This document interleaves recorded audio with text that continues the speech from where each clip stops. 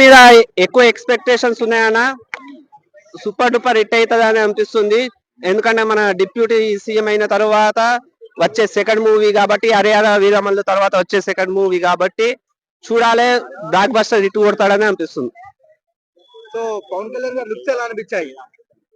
Looks అంటే ఇప్పుడు మనం గతంలో ఇదే బ్యాక్గ్రౌండ్ లో బాలు ఏబిసిడిఎఫ్జి కావచ్చు లేదా పంజాబ్ సినిమా కావచ్చు చూసినాము. దానికంటే చాలా అద్భుతంగా ఈ ఓజీ లా ఉంది లుక్స్. సాంగ్స్ లో కూడా ఏమంటారు మాఫియా లుక్స్ లా అదిరిపోయినట్టు అనిపించింది.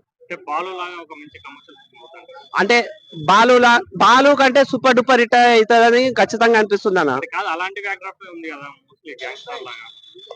అంటే అదే బ్యాక్గ్రౌండ్ గానీ స్టోరీ కొంచెం చేంజ్ ఉంటది. దానికంటే బెటర్ గా పర్ఫార్మెన్స్ కావచ్చు, డైలాగ్స్ కావచ్చు అదిరిపోతుంది అయితే అనిపిస్తుంది. మ్యూజిక్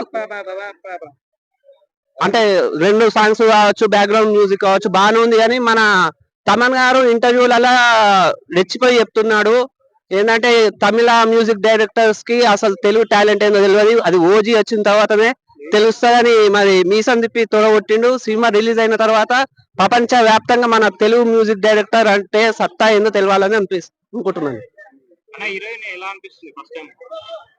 పవన్ కళ్యాణ్ గారితో ఫస్ట్ టైం చేస్తారు కానీ తమిళ ఆల్రెడీ చేసిన డాక్టర్ సినిమాలో చేసిన హీరోయిన్ కాబట్టి, అదే విధంగా నాని తోటి గ్యాంగ్ లీడర్ సినిమాలో చేసిన హీరోయిన్ కాబట్టి మరి పవన్ కళ్యాణ్ గారితో సెట్ అవుతుందా లేదా అని చూడాలి. పాటలే మాత్రం బాగుందన్న.